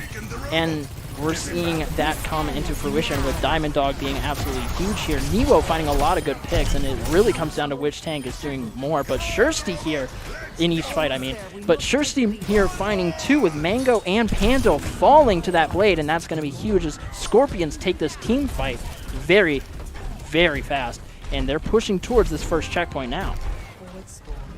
Now, coming into the Summer Invitational, Diamond Dog actually said she believes she's the best tank in Esports Tower. Facing up against Newo in this series could be a great chance to prove it, as they're both on that Reinhardt, a mirror matchup. Diamond Dog doing an absolutely stunning job so far. Unfortunately, falling in that moment, Pando about to follow suit, possibly escaping, skating for their life, not able to get out. Now Scorpions with the numbers here, going to be able to take control. All DPS ultimates have been used so far, so we're not going to see any really fast fights coming up unless these Rhines are able to get a lot of value, as Newo's coming up here almost 90% on his ult. Not a lot, though, except for a beat, which could be really good to kind of sustain against it. We will see what happens here as Lynx Pando going to be the last kind of wall of defense here if Rhine decides to ult. Beat actually comes out early here. Newo not using his shatter yet. Here it comes. Instantly going to drop. Mango finds Pando. Going to get taken out by Ame. And Bonesaw just doing damage from behind. Diamond Dog decides to get in the fight. Diamond Dog taking out Blank. That's a lot of space opened up, but falls to Iris, unfortunately. And now we're see Bonesaw, an excellent mine onto Shursty. Lucio coming in as, well, Triplet as Lucio coming in to just create more space for the team. Diamond Dog coming back, not there to hold it. Shatter in hand. And we're also going to see Mango come up on their ultimate as well, Coalescence. And it's going to be used immediately. Diamond Dog not there yet. I'm a little uncertain about that ult timing, but obviously we weren't seeing the fight as it was happening. I'm not sure what happened there. Bonesaw going to find Newo, and that's going to be huge shatter opportunity for Diamond Dog. Diamond Dog going to capitalize massively, finding Triplet and Iris. That's the support line down in a lot of space for Lynx. I honestly don't think the Scorpions were ready for that. As we kind of said, oh, we know all the ultimate timers. Maybe the Diamond Dog ultimate, they should have waited for her to get up a little bit closer to the front line before they engaged using a lot of their, economy.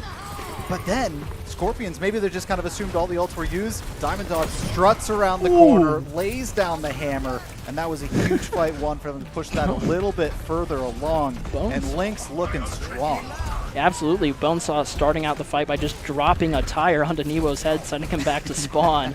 And Ame popping off, taking out the support line. Lynx just looking to press this momentum forward. Diamond Dog taking out Blank there, and yeah, we're seeing it come into the spawn now of Scorpions. Lynx very, very close to a victory here. 2 minutes left on the clock, though. Plenty of time for Scorpions to come back. They have made plenty of distance, but so far it looks like Lings are the stronger team. Shursty, though, finding Bonesaw could open up this team fight as well as taking out Mango, and there it is. Diamond Dog able to peel, but not in time. And this is it for that team fight as Lings has to dip back. We're going to see Pando try and escape here with Beat, stay alive, keep that Diamond Dog alive so that they get ready for the next fight. Not too staggered, and Scorpions regaining control, pushing back into yeah, and it kind of looked like Shursty having a little bit of trouble, closing the gap there, ultimately paying the price, but able to get 2 for their efforts, right? So it made that sacrifice worth it, and honestly, right, you basically have to put it all on the line if you're over there in your own spawn. You've got to use those ultimates to push them off. And now, I mean, as we were saying, this is kind of a tug of war. Scorpions absolutely poor in the ultimate department, all below 20. And Lynx, honestly, kind of, putting up a fair fight while they wait for a bunch of theirs. Diamond Dog with the shatter, but going to end up fall anyway. And that's a really nice hold by the Scorpions to try and push this one along a little bit further. They've got 1 minute and 15 seconds left. We'll see if those building ultimates will strike at the right time for the next engagement. They've still got a long ways to go. Yeah, I don't know if you saw there, but actually the Reinhardts both charged into each other, and both of them got the actual other team's Moiras out of the game right there to open the fight, so the same thing happened. That was really funny to watch. We're seeing Mango and Pando, the supports, jump up there, taking out DPS and Iris, now challenging Reinhardt, winning with Ame's assistance, and now they're pushing forward again, back on control of the push robot. And you know what? Lynx doesn't even need to get any extra distance here, right? They just need to stall and push that robot even further back and stay on that kind of offense, because it takes time for Lynx, or for the Scorpions, to get that back into a favorable position, right? Here's the high noon. Blank gonna take out Ame instantly, though. And Bonesaw using the Riptire to try and open this up, taking out Niwo. And Ame, you've got a little bit of damage reduction when you're in that ultimate, but not if you're already weak. Damage reduction doesn't prevent you from dying, so that was a really nice timed slay from the Scorpions, able to keep a lot of their team alive in that instance. Also able to capitalize on it phenomenally, looking to push this bot back into the Lynx's territory here. Although it's going to be very difficult as it is already overtime and they have to push 50 meters for a tie, 52.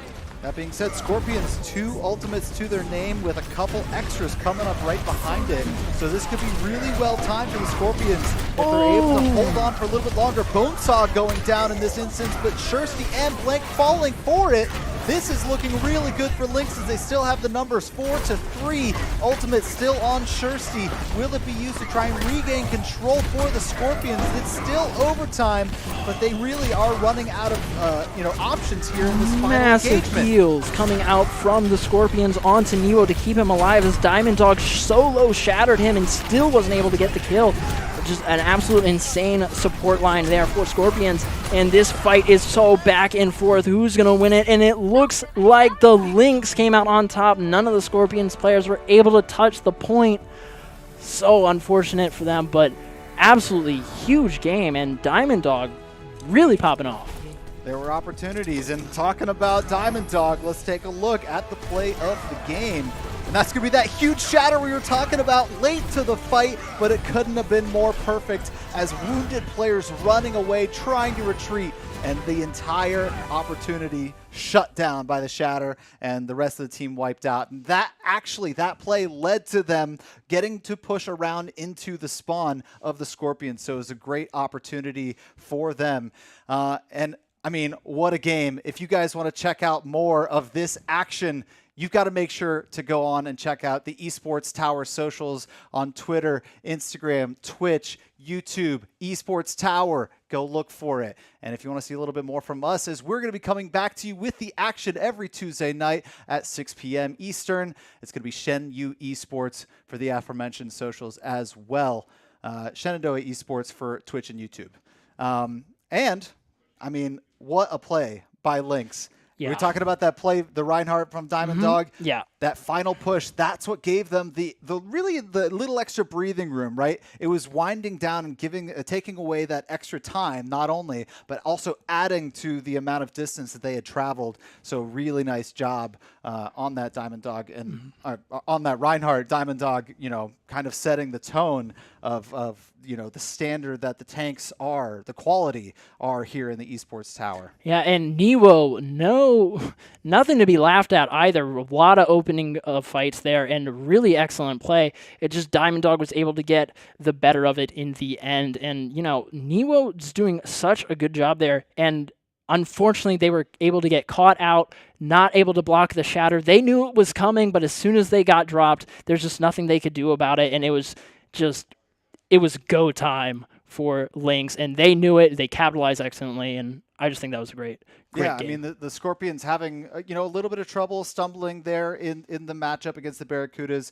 Now they're down 1-0 against Lynx, and I think it's tough for this team because they're actually one of the teams with the least amount of practice time. Both Blank and Niwo from the EU, so they had to come all the way over to that Boise arena and be able to get settled and deal with jet lag and it's tough for this squad, but I think they've been performing super well, and if they're able to find a way to rally here in game 2, they've started to figure things out, and there's no better way to practice than playing against some of the other best teams in the Esports Tower grouping here, and I mean, this Invitational has been absolutely stunning. But enough of me talking. Looks like we've got game 2 all lined up, and let's go ahead and hop into the action. Do we think that they're going to be able to come back? The Scorpions on their last legs here. Can they try and find some way to get back into this matchup? Lynx just looking to do the same. Obviously, they're up a game here in the matchup, but they also lost to the Barracudas. So this is really a fight to find some semblance of momentum going in, because this is just group stages, right? We've got more stages of this. We've got more stages coming up in the future, and these teams are going to be facing off a whole bunch. So finding a little bit of, even if you lose tonight, right, you find little things to work on. You find pieces of your game type that you can, or that your team comps that you can latch onto, that you can really start to work on and use to find some ground here against these teams. So we'll see if Scorpions are able to do it. Let's take a look at the team comps. Josh, talk us through. Yeah, we're going to see Symmetra actually coming out from Blank for the use of that teleporter to get to these high grounds for the attacking side. But it's really interesting because they have the sniping comp more. Blank actually, after getting picked, going to switch right over to that Pharah. And Bonesaw going to be actually on the Torbjorn, which is going to be the first time we've seen him come out tonight. Turret going to fall down, but a really, really strong hero, very annoying, and actually going to be a real pain for Blank, who's on that Pharah. And Shirsty able to take out Bonesaw really, really fast there. But, oh my gosh, this is just kind of the slower part of the match where they're just picking each other off, looking for that opening pick. Not quite there yet, as the offense seems to be getting the better of these matchups, finding one, forcing Scorpions to regroup. But really, Shirsty takes out Pando there, and this could be the opening that they need, except Bonesaw coming in from behind on this Echo could be huge. Gonna look to take out that Pharah first, gonna miss a couple of the stickies, but it's gonna be a successful push, and that's kind of free for Bonesaw, able to get back out to the health. Triplet gonna take out Ame in response, but I'm not sure if it will be enough to force these are some this. incredible plays but from Iris. Echo. Wow. Really impressed with using the height there, getting, creating that verticality can really, especially in those close quarter engagements, can really throw off a lot of the aim. Ultimately falling, but now we see Blank going over to the Echo as well. So a little, tit for tat here. They're going to see if they can face off in some of these mirror matchups, saying if you can do it, I sure can do it better. So here we go. Yeah, and we're actually seeing Niwo just trying to live on this point, actually get Nano put to sleep, and that could be a massive stop for the Scorpion push here and their plan. Ame trying to find some value by taking out this Ana, not quite able to do it yet. Their triplet falls. Ame also taking out Shirsty with a really fast flick, and now it's up to Niwo to kind of force this point. With the Zen in the background, is going to get taken out by Ame, who's just finding all of these picks, but the entire support line's now gone, and Niwo is just left there alone. Bonesaw able to finally finish him off before Ame falls. And now as we near some of these ultimates for either of the Echoes, I'm going to be interested to see who they pick. You know, as we know, some of the changes here in the Overwatch 2, basically the target of Duplicate can't exceed more than 300 HP. So it's not such an obvious decision to go with the tank, right? Because you're not getting the full effect of that player. And actually we see Bonesaw actually using that ultimate, switching back over. And yeah, it wasn't on one of the tanks, and this is going to be interesting to see exactly how Blank is going to choose that decision as well. Yeah, we're seeing Pando and Diamond Dog do a great job so far, just holding the Scorpions off. And Bonesaw just massive with these stickies, finding consistent picks frequently. And Diamond Dog just really existing as a nuisance in the spawn of the Scorpions right now, really preventing any space from being made for them. Is Shirsty looking to get some picks here on the people sitting on the high ground above the spawn, and we are back to this first corner. Blank now has the ultimate. Who will they choose to duplicate? Will it even be in this fight? Shirsty, probably not, because Shirsty's already found two. There's not really a need for it. Bonesaw getting taken out. Ame gonna find Blank though. That could be really big.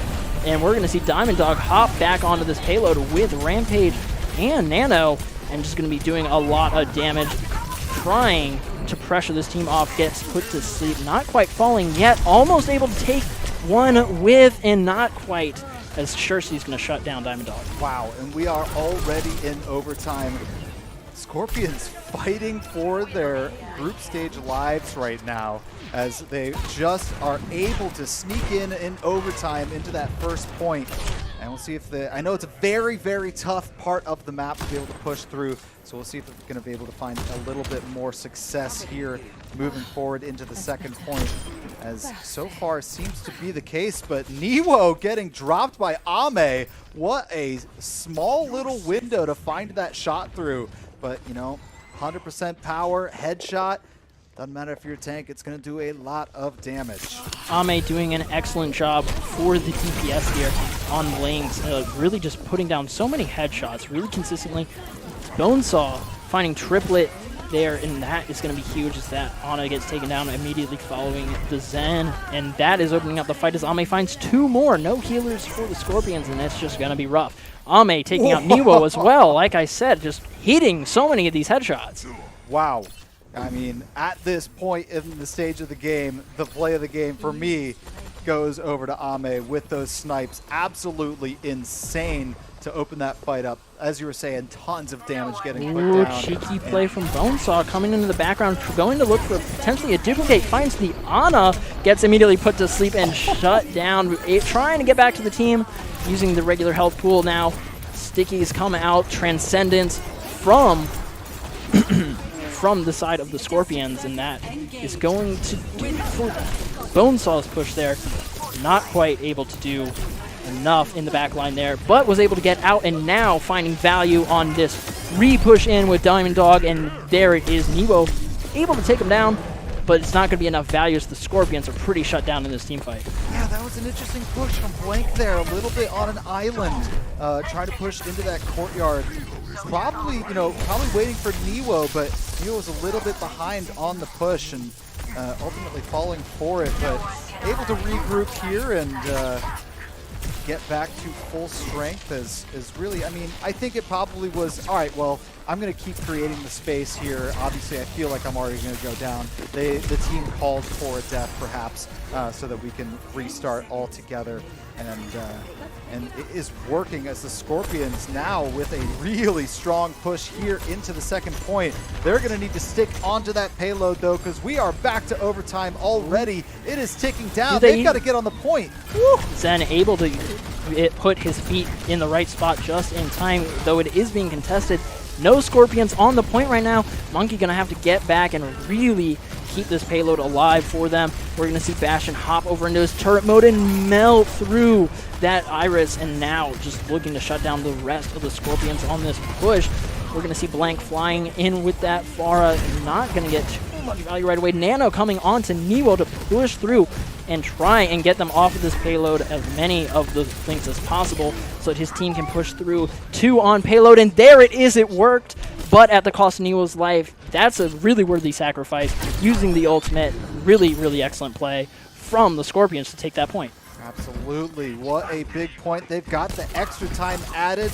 Triplet somehow staying alive here, but for a moment, finally going to fall to Bonesaw. And wow, really, really nice last-second points here from the Scorpions. If they're able to do it again in a very, it's not a very long stretch of the map, it seems, but boy, all the action happening constantly around in this warehouse. And Scorpion's going to need to continue as Blank already falling down, but Ame and Mango this is in the tricky. respawn screen as well. Some really nice kills down on Diamond Dog and Ame. Scorpion's continuing this push. Yeah, Bonesaw finding 2, which is going to be absolutely massive. Jumping over to the turret mode, trying to shut down that second healer. That's going to be a massive stagger onto the Ana. Now Winston alone on payload as Sure Blanks coming back in to help. Ame going to find Niwo, and now we're seeing them just chase the Genji. Scorpions has to regroup. One last team fight in the tank. Yeah, they've I mean, if you're Lynx, you're up a map, right? You want to kind of carry that momentum, but it's really tough to do starting on defense, right? Especially if the Scorpions are putting, just not even putting together really strong rounds. They're scraping together. They're scrapping consistently well. And it, you know, that can be really like mentally draining if you're the Lynx, right? You think that you've got them down and out, and they're able to get 2 points from basically, you know, last second pushes. What a job by the Scorpions there to even get the 2 points. I mean, it looked like they were having a lot of trouble early on in those caps, and then, you know, the ability to push through and weather the storm, as I've said before, against the Barracudas, or what they did, weathering the storm in the very first game that we watched, that push map where they won in the last second. I mean, Scorpions now, they've got to put up a very strong defensive effort to prevent Lynx from just taking this outright. Yeah, and Ame was just so strong on the Widowmaker there on the defense, really putting so much pressure onto the backline of the Scorpions there, who just didn't have that peel like they used to in Overwatch 1, which makes Widow so much better. She has more health this game as well than previous patches of Overwatch 1, so, you know, I think that Ame is just doing an excellent job hitting all the right shots, and now they're going to be on Hanzo. I'm really excited to see if they're able to mimic the success on the other character. We're going to see Shirsty trying to keep up with the headshots, though, from the Ashe, and I think these two are really strong competitors, especially against each other on the DPS, and it really comes down to which of them is hitting more shots in these fights. You know, Ame with that ultimate, you can really do a very great last-ditch shutdown of an entire lane, right? So that could be part of the you know, strategy moving forward, because if you want a particular spot, say this door off to the left here, to be completely off limits, throw that arrow up there and the dragon will take care of the rest. But Lynx, lots of work to go, as the Scorpions set a very high precedent here in the first round of the match. We'll see exactly if they're able to do so, as the Scorpions just need to hang on. Yeah, Scorpions, Shirsty finding the pick on the Bonesaw, opening things up for the DPS now. And again, we're just seeing Niwo poke into this offensive line that's stuck down in between these two buildings and just not quite able to get any frags, but that's not really his job right now. It's just to maintain this space, as the rest of that's really more for the DPS. And here we see Ame finding a nice, clean Iris pick over, who is off to the wrong side of his team, not quite able to get any help from his friends who were otherwise preoccupied. Bonesaw and Diamond Dog going to jump onto the high ground, taking out Triplet and Shirsty, and that is going to open up this first half of the first checkpoint and potentially even be the result of a first checkpoint going to the Lynx.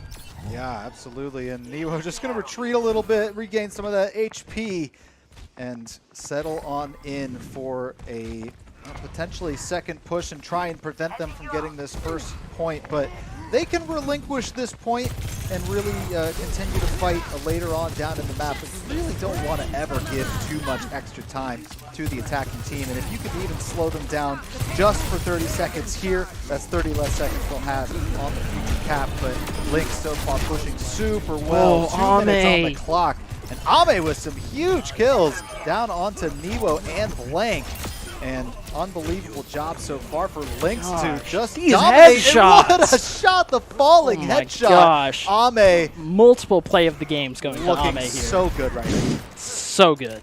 Absolutely. Like just a powerhouse. Shursty struggling to keep up. We've seen them be as dominant on previous maps against these other teams, but just not quite able to keep up with Ame this game, who's just on fire. Now, push onto that top zone, trying to gain a little bit of that high ground by Diamond Dog.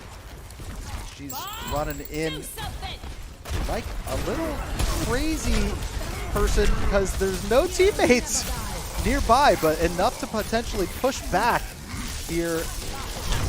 Scorpions sustaining pretty well, but that's Niwo going to be down, but traded out Ame. That's a great pick, but Tank being down is big problem, says Diamond Dog now taking that high ground. It's scary. Oh, put to sleep. Not scary enough, though, as they were able to find the perfect counter options with both the anti-heal grenade and that sleep coming out from the Ana. Just absolutely great. Iris there to assist, getting a lot of damage out, and really keeping Scorpions in there. If Diamond Dog was able to get through that push, that would have been so much more space created for Lynx, and it would have made it really hard as they have for Scorpions to defend this, as Lynx is 3 minutes still left on the clock, and they're already halfway almost towards the second checkpoint. Already halfway through, and they've got 3 minutes on the clock. Lynx looking really strong and able to get that top bridge area to be able to take control of that next courtyard is going to be really, really big. Diamond Dog in the thick of it, gonna fall, but Shursty also falling, so still just a 4v4, and the high ground stays in favor of the Scorpions as they're going to try and lay down on this corner.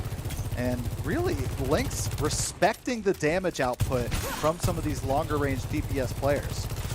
And we are just seeing a lot of ults starting to stack up. Actually, all 5 for Scorpions. Nano's going to go out on the Niwo, and they're looking to just really win out this team fight and knock another minute off the clock, hopefully, or at least 30 seconds.